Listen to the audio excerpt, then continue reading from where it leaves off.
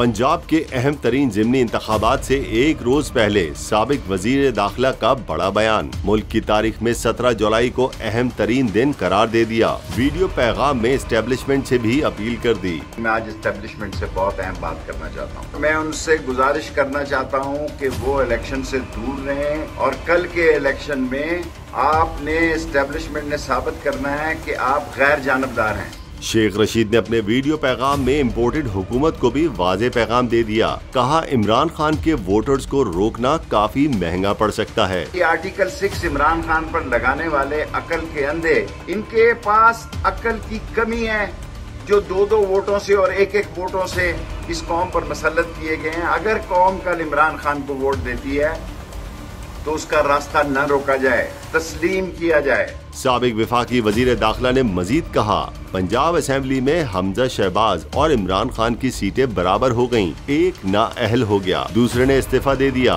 तीसरा जाने को तैयार बैठा है। इंशाअल्लाह 17 जुलाई को 20 नशिस्तों पर इमरान खान की अक्सरियत होगी। हतमी फैसला अवाम करेगी।